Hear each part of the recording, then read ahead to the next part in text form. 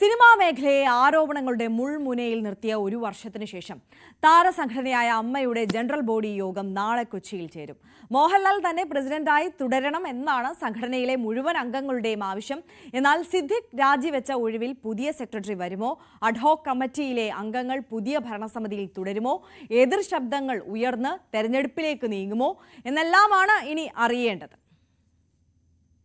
Hema committee റിപ്പോർട്ടിൽ ആടിയുലഞ്ഞ താരസംഘടന. പുതിയ ഭരണസമിതി ചുരുങ്ങിയ മാസത്തിനുള്ളിൽ രാജിവെച്ചൊഴിഞ്ഞു. ഭരണസമിതി പിരിച്ചുവിട്ടതോടെ അഡ്ഹോക് കമ്മിറ്റിയാണ് ഭരണം നിർവഹിച്ചിരുന്നത്.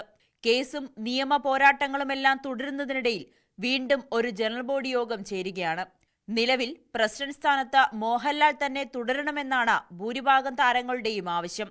മറ്റൊരു തിരഞ്ഞെടുപ്പിൽ മത്സരിക്കാനില്ലെന്നാണ് മോഹൻലാലിന്റെ നിലപാടെന്നാണ് വിവരം.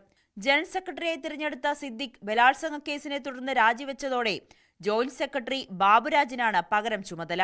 ഔദ്യോഗികമായി ബാബുരാജിനെ തന്നെ ജനറൽ സെക്രട്ടറിയാക്കുമോ അതോ തലമുറ മാറ്റം പ്രകടമാക്കി സംഘടനയുടെ തലപ്പത്ത് യുവതാരങ്ങൾ വരുമോ എന്നതാണ് പ്രധാന ചോദ്യം. വൈസ് പ്രസിഡന്റ് സ്ഥാനത്ത് ജഗദീഷും ജയൻ ചേർത്തലയുമുണ്ട്. അമ്മ ട്രഷററായിരുന്ന ഉണ്ണിമുകുന്ദൻ രാജിവെച്ചിരുന്നു. ഈ രാജി ജനറൽ ബോഡി അംഗീകരിക്കുമോ? പുതുതായി ആരെങ്കിലും വരുമോ എന്നും ആകാംക്ഷയുണ്ട്. തെരഞ്ഞെടുപ്പിലൂടെയാണ് കഴിഞ്ഞ ഭരണസമിതി അധികാരത്തിലെത്തിയത്. ഇത്തവണ തെരഞ്ഞെടുപ്പ് നടത്താതെ തന്നെ പുതിയ ഭരണസമിതിയെ ചുമതല ഏൽപ്പിക്കാനാണ് താരങ്ങൾക്കിടയിലെ ധാരണ. ഇതിന് വിരുദ്ധമായി ജനറൽ ബോഡിയിൽ ശബ്ദമുയരുമോ എന്നതും എല്ലാവരും ഉറ്റുനോക്കുന്നു. ന്യൂസ് 18 കൊച്ചി.